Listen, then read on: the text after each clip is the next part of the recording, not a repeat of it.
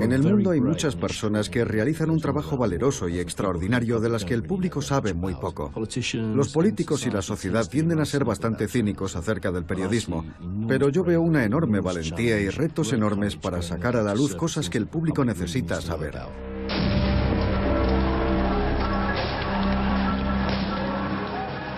Los periodistas caminan hacia el peligro, mientras otros se alejan de él. Ellos tienen que implicarse con todas las partes del conflicto para contar la historia.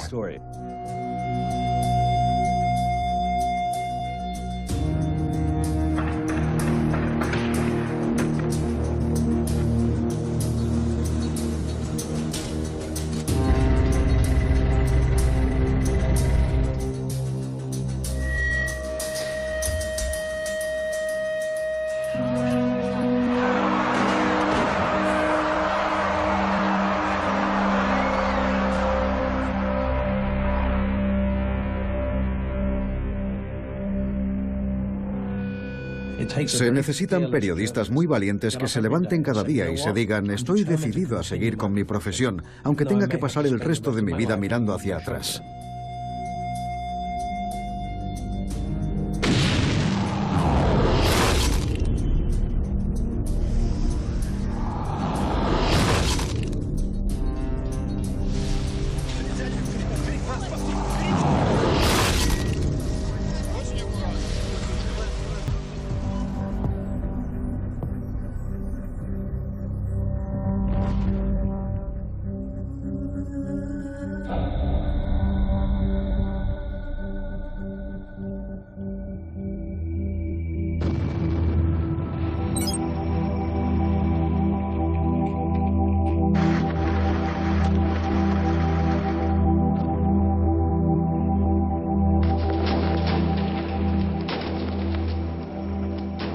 Llegué aquí en 2003. Vine para cubrir la invasión dirigida por Estados Unidos. Llegué 3 semanas antes de que empezaran los bombardeos y me quedé los siguientes 2 años trabajando ocasionalmente. Vine porque pensaba que la guerra iba a ser cubierta intensamente por los medios occidentales desde la perspectiva de los periodistas empotrados.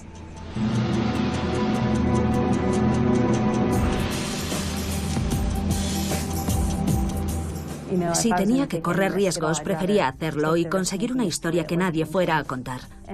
Me preocupaba que se ignorara la perspectiva de los iraquíes.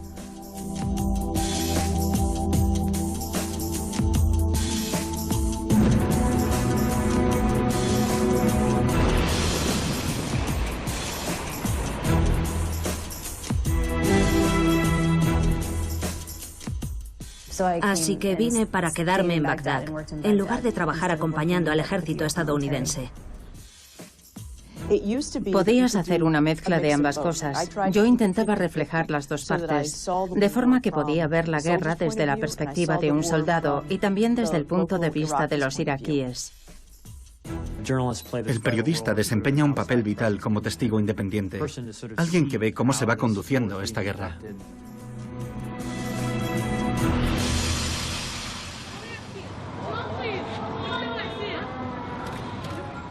Si quieres conseguir algunas de esas historias, tienes que asumir los mismos riesgos que las personas que viven allí.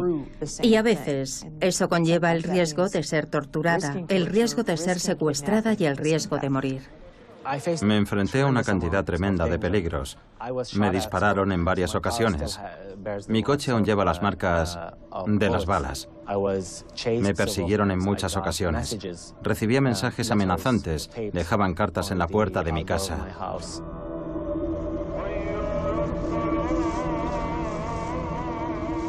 El secuestro era, y sigue siendo, un problema muy real en Irak. Hay grupos criminales y milicias por todas partes, buscando formas de conseguir dinero. Por eso nuestros médicos, profesores, abogados, gran parte de la inteligencia iraquí ha huido del país, porque corrían un grave riesgo de ser secuestrados. Cualquiera del que se pueda obtener un buen rescate corre un grave peligro. Debes tenerlo muy claro. Vale, da igual que sea periodista. Ahora para ellos, solo soy una occidental con un enorme precio potencial sobre mi cabeza.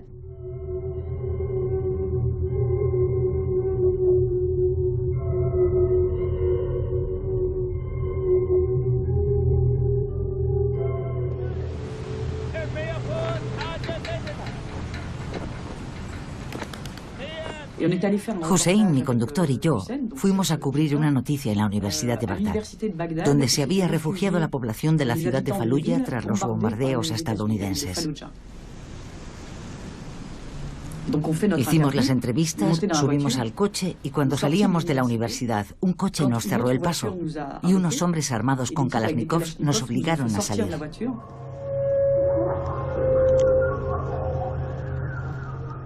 En ese momento tuve la sensación de que había pasado al otro lado del espejo.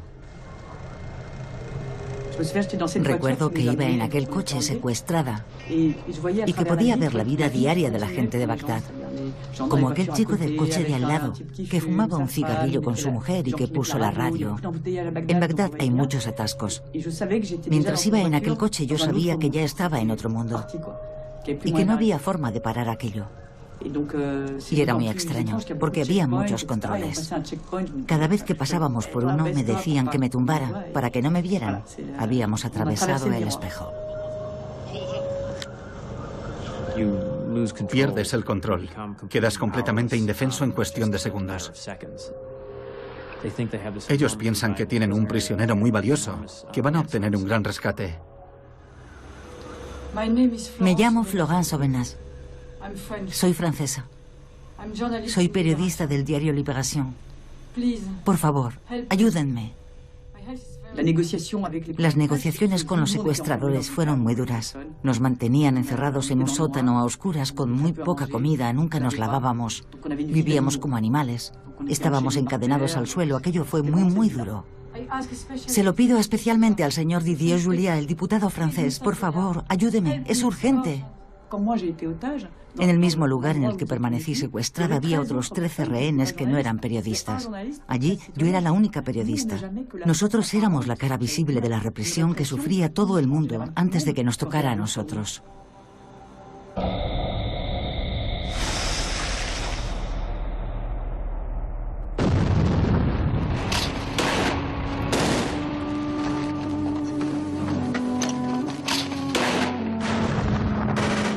Por muy peligroso que pueda parecer a veces, en un lugar así, inestable, en el que no existe ningún control del Estado y hay muchos combates e inseguridad, si haces amigos que te ayudan y te muestran el camino y te apoyan, amigos del lugar, entonces no es tan peligroso como parece. De hecho, a menudo me sentía tan segura con ellos como era posible estarlo en aquella situación.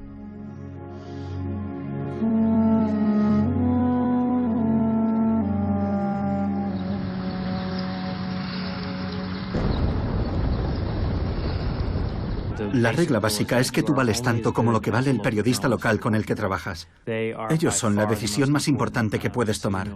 Comprenden lo que pasa sobre el terreno de una forma que tú nunca podrás comprender. Si querías ser un buen periodista en Irak, tenías que arriesgar tu vida para conseguir la noticia. De lo contrario, no podías hacer nada. Y merecía la pena.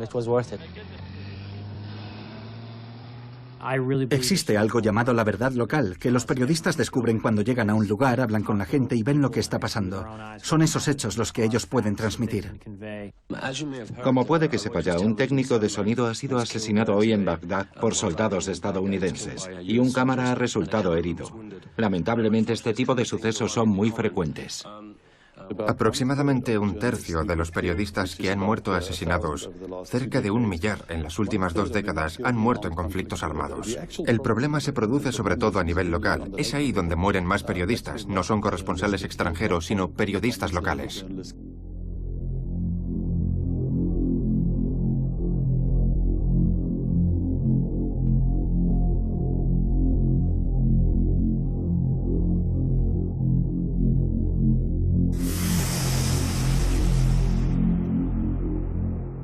Sobre todo en el caso de Irak, hemos visto morir asesinados a muchos colegas locales. Ellos vivían allí en primera línea. El frente estaba en la puerta de sus casas.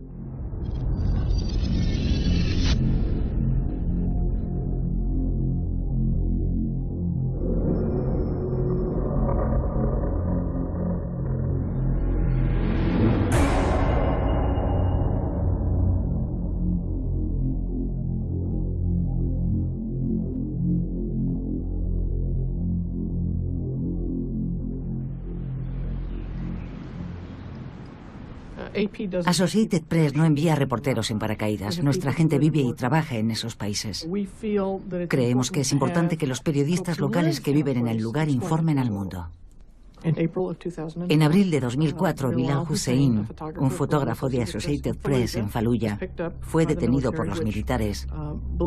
Creían que trabajaba para los insurgentes y lo encarcelaron 2 años sin cargos.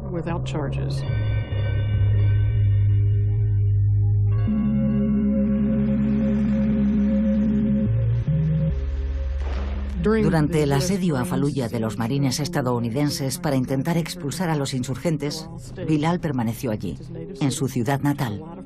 Tomó muchas fotografías de los insurgentes luchando y otras muchas de guerra y destrucción y de los civiles que seguían allí. Su trabajo en aquel momento era muy controvertido.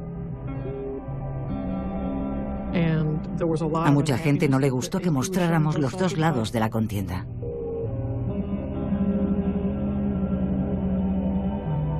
En conflictos recientes como los de Irak y Afganistán, el precio más alto en muertes lo han pagado los periodistas locales, sobre todo en el caso de Irak.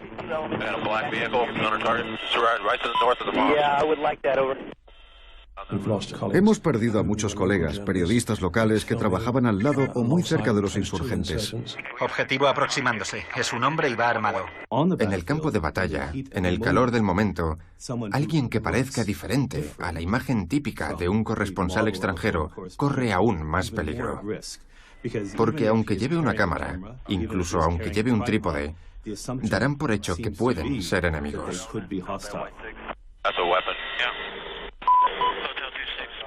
Lo que le pasó en 2007 a los 2 periodistas de Reuters en Irak fue una tragedia que nos conmovió a todos, porque fuimos testigos de lo sucedido gracias a las imágenes filtradas por Wikileaks. Llevaron a nuestras casas el horror de la guerra moderna y el por qué es tan peligrosa.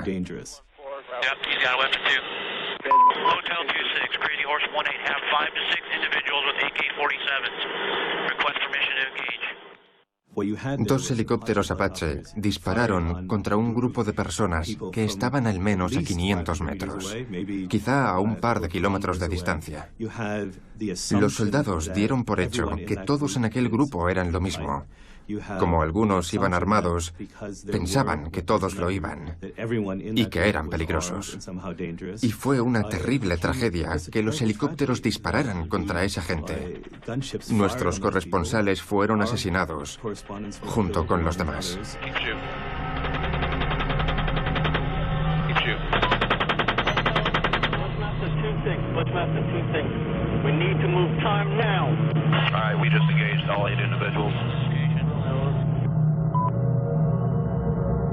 Necesitamos respuestas respecto a esas situaciones. Nos hemos comprometido de forma muy activa con las autoridades porque no podemos aceptar que la gente simplemente esté en el lugar equivocado en el momento equivocado. Ellos iban caminando con un grupo en el que había armas. Pero en 2007, en Bagdad, eso era muy normal. Todo el mundo iba armado. Durante la investigación quedó muy claro que como caminaban junto a un grupo armado, dieron por hecho que eran enemigos. Entonces nosotros cambiamos nuestras reglas y les dijimos, nunca os acerquéis a nadie que vaya armado. Eso hace aún más difícil nuestro trabajo, en especial en lugares en los que todo el mundo va armado, pero creímos que era una precaución que debíamos adoptar.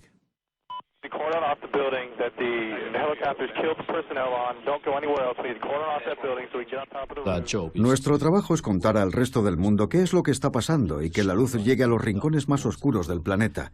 Pero tenemos que seguir trabajando para encontrar la manera más segura de hacerlo, procurando no poner en peligro a los periodistas y a los equipos de reporteros.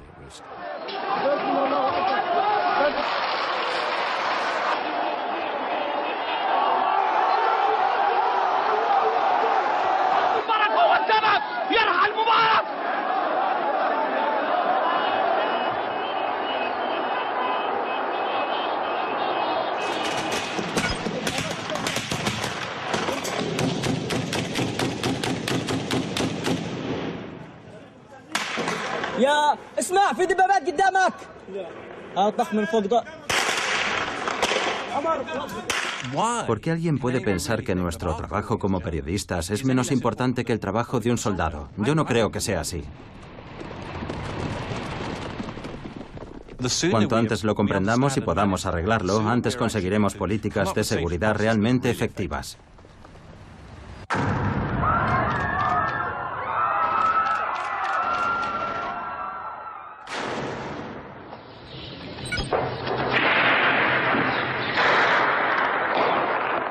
Un periodista tiene que preocuparse por todas las contingencias que puedan surgir. Minas terrestres, un fuego cruzado, un ataque con morteros o simplemente un ataque de las fuerzas militares que cambian de bando.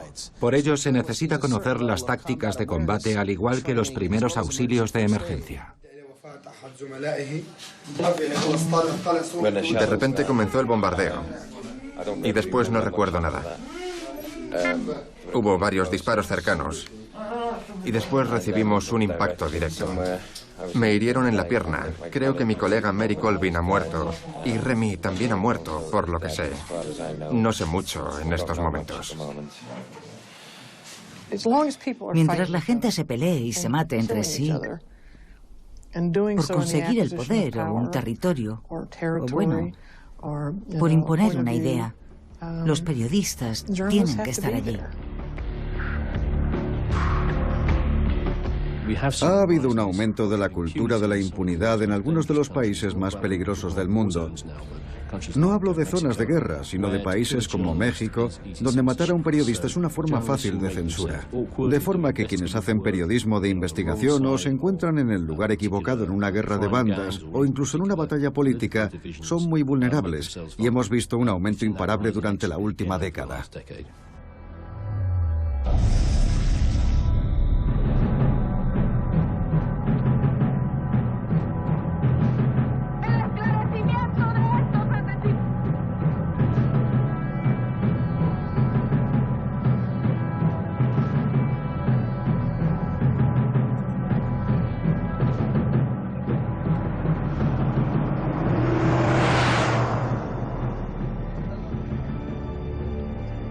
Pues sí sientes así como una cierta inseguridad, ¿no?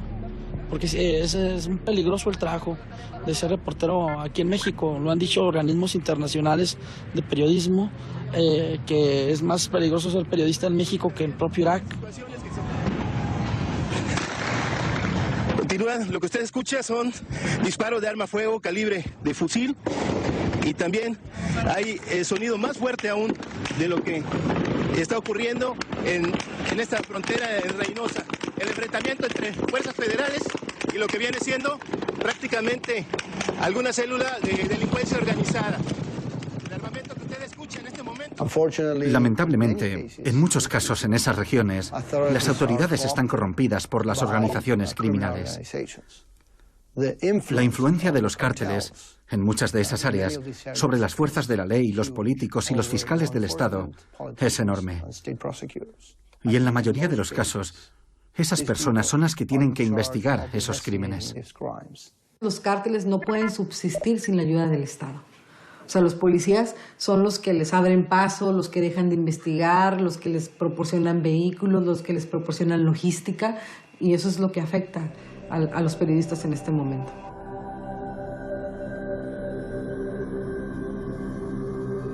Hay personas que se benefician del crimen, tanto señores del narcotráfico como políticos, que quieren enviar un mensaje a la gente de nuestra profesión. Su objetivo es el periodismo de investigación, los periodistas que se levantan cada mañana con la intención de investigar la corrupción. El miedo es una de las características permanentemente presentes en el periodismo mexicano. Los cárteles del narcotráfico han declarado la guerra a los periodistas, al igual que a otros miembros de la comunidad.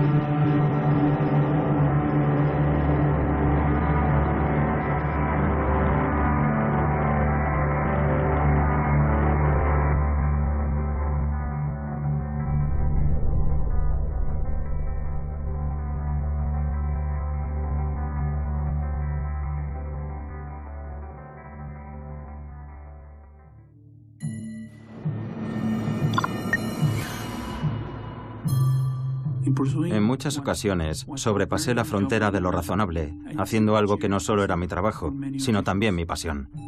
A menudo me pasaba que intentando capturar la mejor imagen o conseguir una exclusiva, cruzaba una línea peligrosa.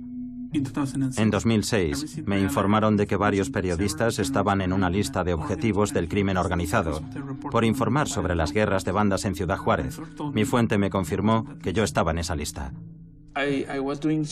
Estaba haciendo una investigación sobre violaciones de los derechos humanos por parte de los militares, pero al mismo tiempo tuvo lugar aquel incidente, la masacre en un centro de rehabilitación. Había recibido información de que un gran camión de soldados había bloqueado la carretera para ayudar a los sicarios a llegar a aquel centro de rehabilitación y matar a todas aquellas personas. Al mismo tiempo que trabajaba en aquellas dos investigaciones, empecé a percibir que me estaban siguiendo. Un día mi esposa regresaba a casa y observó que junto a su monovolumen había otro monovolumen que la seguía, justo cuando estaba aparcando delante de casa. En el vehículo iban dos hombres. Uno de ellos, uno de esos hombres, sacó su arma y le apuntó así. En ese momento es cuando comprendes que ahora tu familia también comparte tu peligro. Aquí tenemos un dicho muy frecuente entre los agentes de policía mexicanos que dice que el corazón y el estómago te dan buenos consejos y que tienes que aprender a escucharlos para saber cuando algo va mal. No puedo explicar cómo te sientes o cuándo lo sientes, pero notas que hay algo extraño. Y es entonces cuando piensas, vale, tengo que irme de aquí.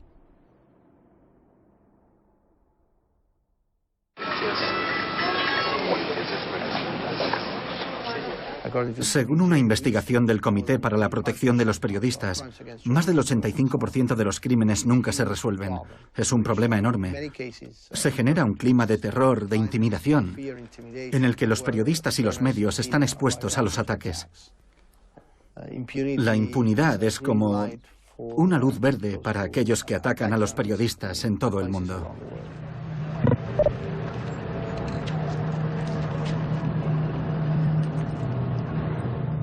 Ya tengo más de 20 años haciendo este trabajo, es mi pasión y pues tengo que seguirlo, no puedo quedarme yo como persona callado a lo que está pasando.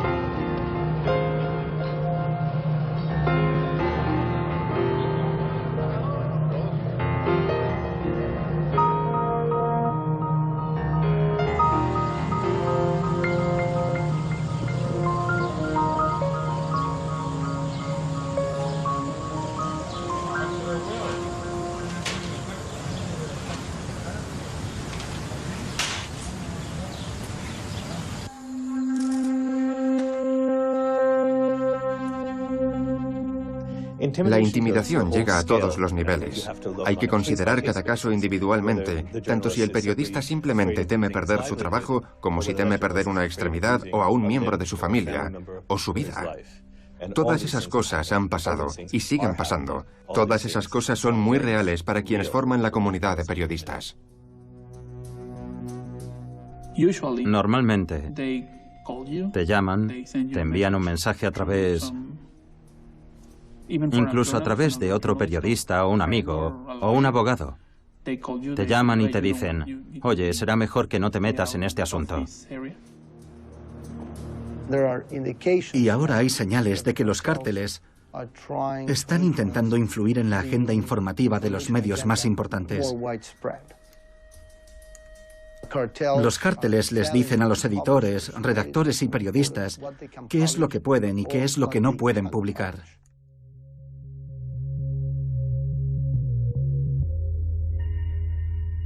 La sensación de impunidad con respecto a la prensa es muy elevada. Muchas personas pueden pagar por matar a un periodista. Algunos incluso no le dan ninguna importancia, porque parece que nunca les va a pasar nada. Creo que tienen un doble propósito.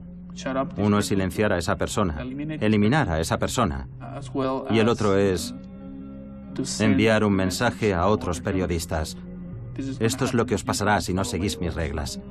El gobierno federal reafirma su condena a los asesinatos de los periodistas Gabriel Puge, Guillermo Luna Varela, Esteban Rodríguez, Iracema Becerra y Regina Martínez.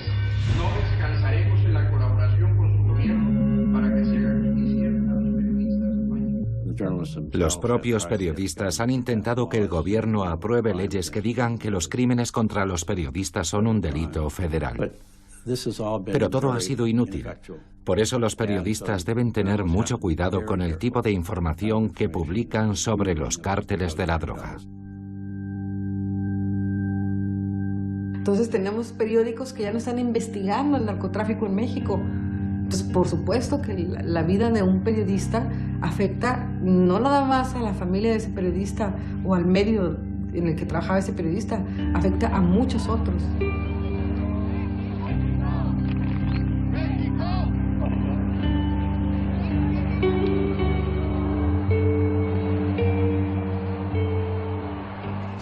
Básicamente, la censura en México es el resultado de la amenaza violenta impuesta por los cárteles de la droga y del fracaso del gobierno por no asegurar unas mínimas garantías de seguridad para que los periodistas y los medios puedan trabajar sin temor a represalias. El asesinato de periodistas no es un daño colateral. El gobierno está siendo cómplice al no investigar a los asesinos de los periodistas. El gobierno mexicano ha fallado en preservar la libertad de expresión en este país porque a veces también le es incómoda la libertad de expresión en este país. Yo no le estoy faltando respeto a nadie. Se le está diciendo que no grabe, por favor. Yo voy a grabar, es mi trabajo. Es mi trabajo, no meta la mano, joven. Por eso, pero no me por eso, yo no voy a hacer nada de lo que usted me diga. Mira, órale, nada más se le va a pedir un favor. Deje de grabar. Hubo un accidente. Por eso es un accidente, ¿cuál es el problema? Yo soy un medio de comunicación, a mí me interesan los accidentes, de eso vivo. Cálmese. Para empezar. Mire, para empezar. No vuelva a meterme la mano, si quiere las cosas bien, no vuelva a meter la mano. Entonces, se le pide, por favor. No voy a dejar de grabar, claro que no, si de esto vivo. Loco. ¿Por qué no graban los secuestros que hacen los Zetas? También. No lo veo, a ver, dímelo, ¿qué quieres que grabe? ¿Qué quieres que grabe?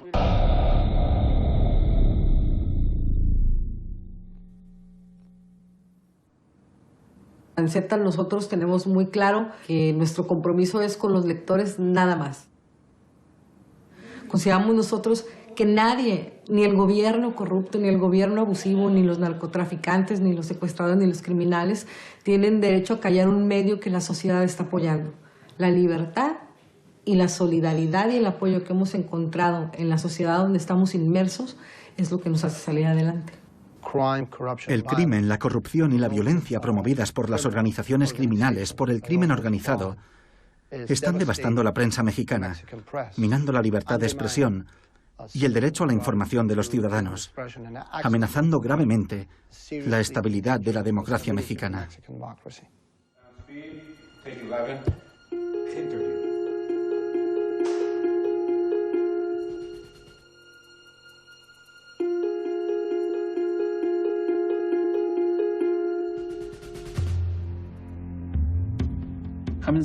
Tras haber visto el aumento generalizado de los crímenes y de la impunidad, yo no podía dejar que me mataran en cualquier callejón oscuro y solitario. En septiembre de 2008, mi familia y yo dejamos México y nos fuimos a Vancouver, Canadá. Sigo vivo y soy afortunado por ello, pero me duele haber tenido que abandonar mi país y mi profesión. Ahora trabajo como conserje a tiempo parcial, el único trabajo que he podido encontrar tras 14 meses desempleado. Estamos vivos, lejos del fuego cruzado, pero hemos perdido demasiadas cosas.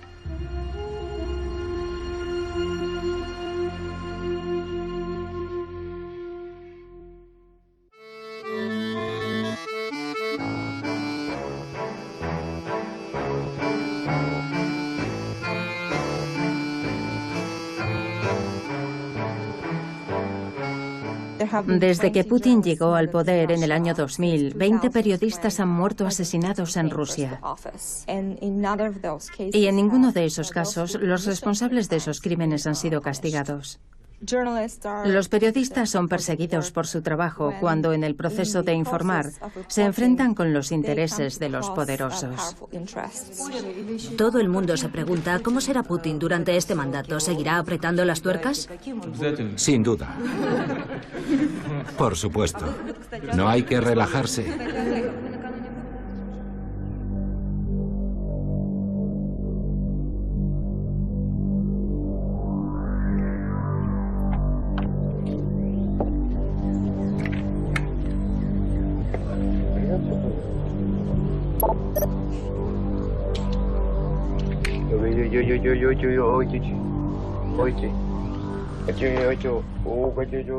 Los asesinatos de periodistas son cada día menos frecuentes en Rusia.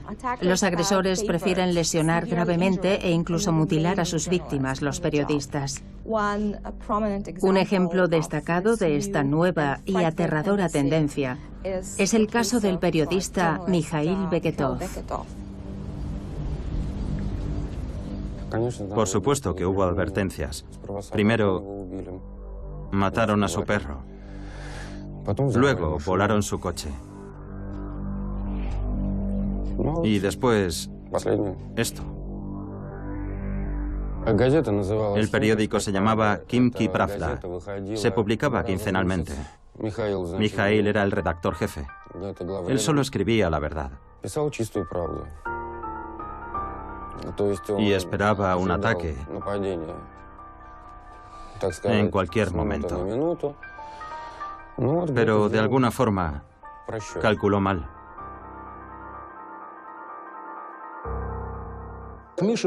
A Misha le mandaron 2 matones. Le atacaron en su propia casa. Usaron bates para romperle las piernas, las manos y le aplastaron el cráneo. Fue un milagro que sobreviviera. Pasó 24 horas bajo un frío polar. Y solo gracias a que es un veterano de guerra, solo gracias a su salud de hierro, fue capaz de sobrevivir. Él era una figura destacada antes de la agresión y llevaba mucho tiempo enfrentándose a la administración local. Nunca se rindió y pagó un precio muy alto por ello. Y aunque siga vivo, ya no puede seguir haciendo su trabajo.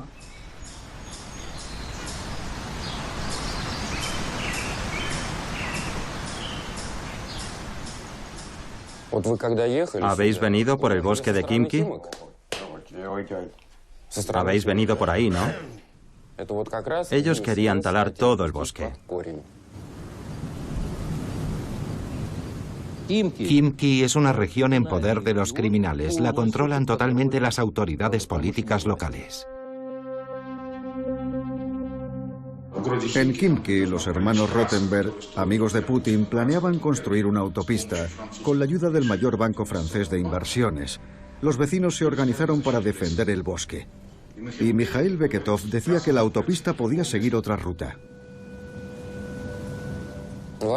Vladimir Strelchenko era el alcalde de Khimki y, al parecer, estaba interesado en vender los terrenos para la construcción de esa autovía. Y fue así como empezó todo. Un hombre como Strelchenko no merece ser alcalde. Él no se merece ser el representante de esta comunidad. El gobierno no hará un seguimiento ni investigará esos crímenes terribles contra los periodistas. Es más, durante muchos años, esos crímenes ni se han investigado ni se han castigado. Hoy, con nuestra protesta, queremos decir que quiten sus manos de los activistas, que quiten sus manos de los periodistas, que no toquen a las personas que honestamente quieren expresar sus opiniones cívicas. Vladimir Putin es un exoficial del KGB, de forma que existe todo un mundo de operativos en la sombra, algunos de los cuales ahora están relacionados con el mundo de los negocios y algunos mantienen vínculos con el crimen organizado. Si quieren hacer un negocio o si quieren eliminar a alguien, tienen contactos con gente que puede hacerlo por ellos. ¿Había un cerebro detrás de la agresión?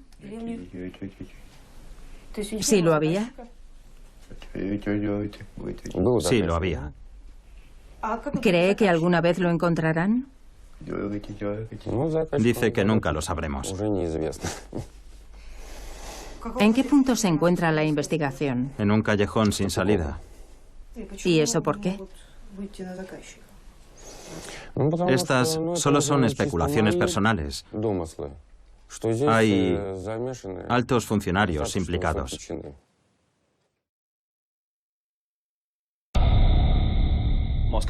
La policía de Moscú investiga la violenta agresión a un corresponsal del periódico Russia's Kommersant. Oleg Kassin fue brutalmente golpeado cerca de su domicilio y ahora... Yo solo di mi opinión como comentarista. Les llamé idiotas. Idiotas y bastardos. Aquello enfureció a algunas personas. Para mí no fue una sorpresa que me agredieran. ¿En qué estaba trabajando cuando le atacaron? En varias historias diferentes. La primera que me vino a la mente cuando recuperé la conciencia fue la del bosque de Khimki. El bosque en sí mismo no es tan importante, pero era una noticia en la que se unían varios temas fundamentales: la destrucción del medio ambiente y la arrogancia y la brutalidad de las autoridades, que estaban dispuestas a mentir y usar la violencia para conseguir lo que querían.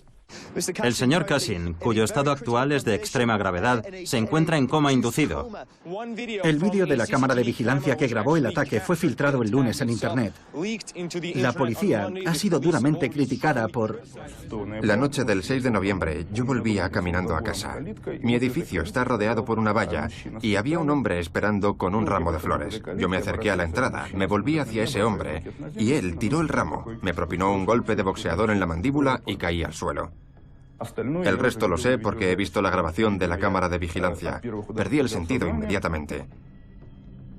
Entonces, un segundo hombre, al que yo no había visto, salió de la oscuridad con una barra de hierro.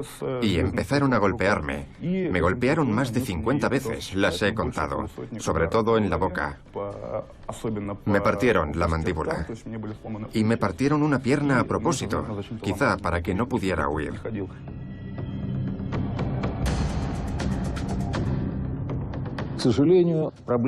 Lamentablemente, para las autoridades, la vida de un periodista no vale nada. No necesitan a los periodistas para su modelo de gobierno. No los necesitan. Покажи документ, покажи. Вот я показываю документ, пресса, Эхо Москвы, фотокорреспондент. El periodista tiene que proporcionar transparencia, contar lo que pasa, descubrir la verdadera historia, indagar detrás de la propaganda, investigar la acción del gobierno. Es un trabajo vital que tiene que hacerse.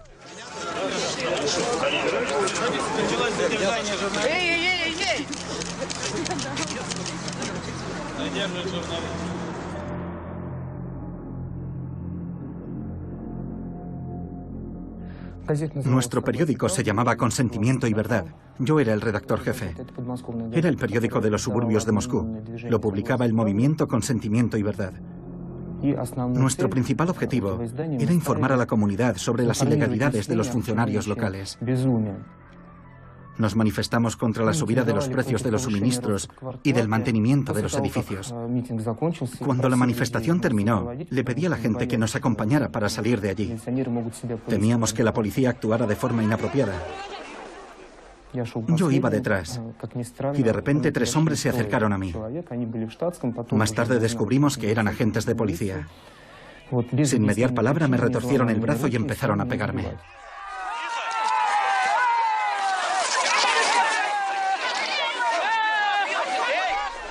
Cada vez que un periodista independiente es asesinado, ahogado, silenciado o marginado, todos sufrimos. Por ejemplo, todo esto forma parte de un caso que iniciaron contra mí. Estos son los documentos que ellos inventaron. La ley hace que sea muy fácil librarse de los periodistas molestos.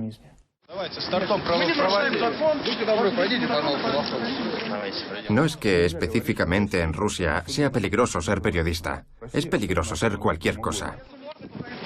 No pienso ir a ninguna parte. Sus acciones son ilegales. Están violando mis derechos. Extremismo es el desacuerdo con las autoridades, expresado de cualquier forma abrupta. Es como 6 acordeones abiertos a la vez, todos tocando la melodía que las autoridades no quieren oír. Si alguien me dijera que no escribiera sobre esto o aquello, y que así nadie me partiría el cráneo, yo le hubiera contestado, lárgate, escribiré lo que me dé la gana. Pero eso habría sido una temeridad y una estupidez por mi parte. Está claro que no merece la pena.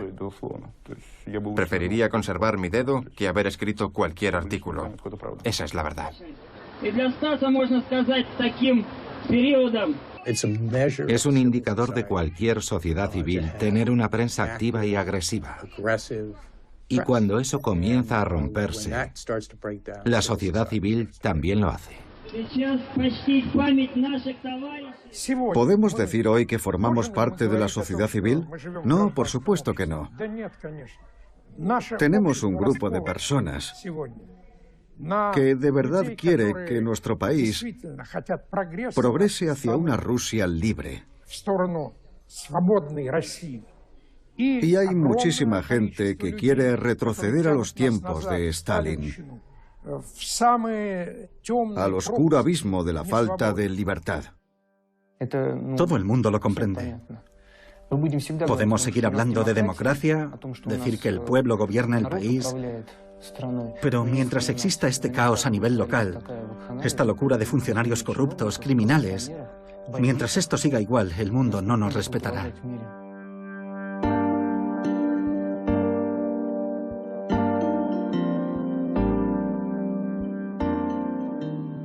No podemos decir que el periodismo de investigación se haya extinguido. Aún no.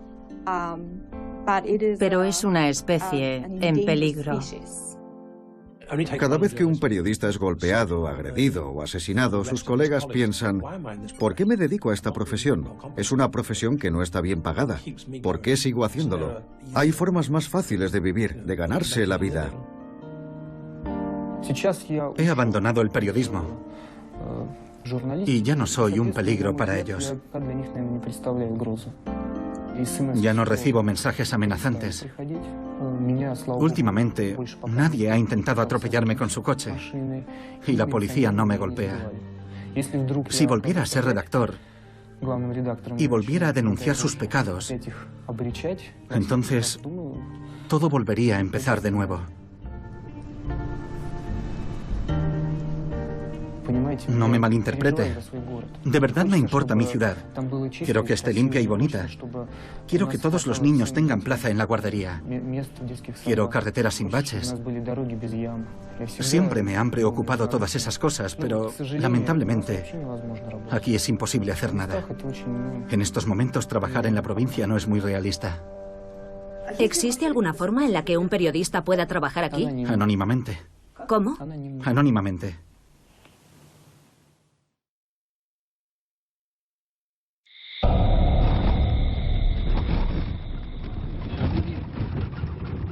Gücü olması gerekiyor ya.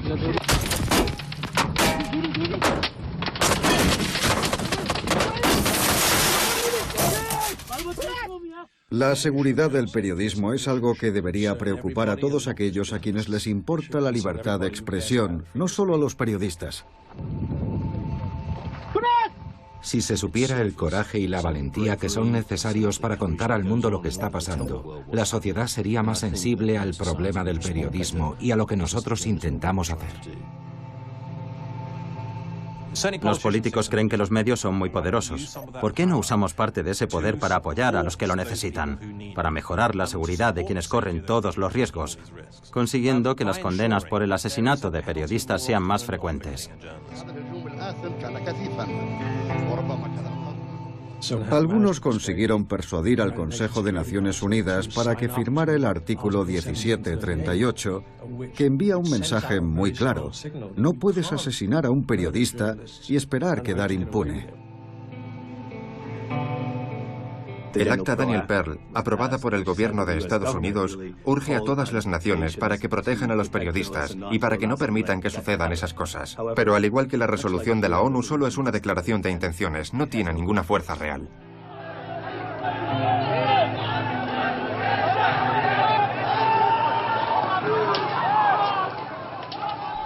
Casi todos los periodistas que se dedican a esto comparten ese sentido de misión. Cuando estás en una zona de guerra y ves que ocurre algo delante de ti que no debería estar pasando y lo cuentas en el lugar donde están los políticos y ellos lo ven y cambian su política, entonces estás haciendo tu trabajo. Yo soy optimista. Creo que estamos viendo cómo se extiende por todo el mundo el deseo general de que rija la ley y de que los gobiernos respondan ante su pueblo. La gente quiere información, quiere sistemas judiciales independientes. Si eso continúa, veremos que aquellos que abusan de los periodistas tendrán que responder por ello y habrá menos impunidad.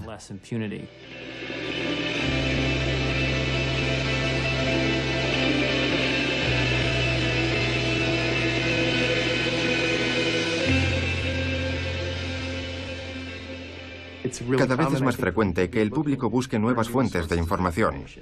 Y eso sin duda refuerza al periodismo, realza su importancia y lo mucho que lo necesitamos.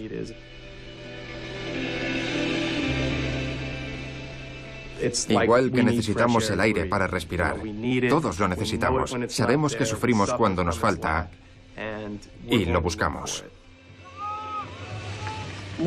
Yo aún tengo una visión un poco romántica de mi trabajo. Amo mi trabajo, es mi pasión, es mi vida. Pero creo que en nuestra profesión es necesario correr riesgos. Debemos controlarlos.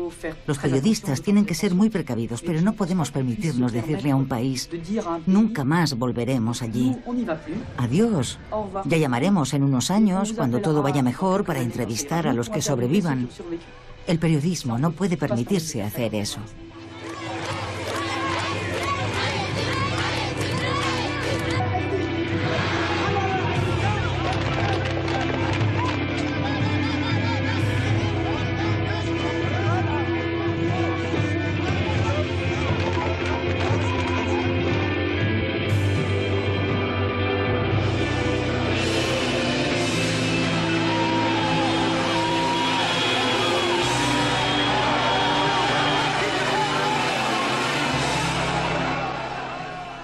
El mundo forma parte de esa conversación y ahora participa activamente. No solo quiere saber lo que está pasando, también quiere influir en el resultado. En cualquier parte del mundo, la persona más humilde, con un teléfono móvil, puede participar en esa conversación y puede influir en el resultado. En cualquier lugar en el que haya periodistas trabajando, creo que eso es bueno para la democracia, es bueno para la sociedad y para toda la población. La gente necesita saber y poder formarse su propia opinión. La prensa la hacemos todos, los que la escribimos y vosotros, porque la leéis. Y defendiendo la libertad de prensa te defiendes a ti mismo, no solo a los periodistas.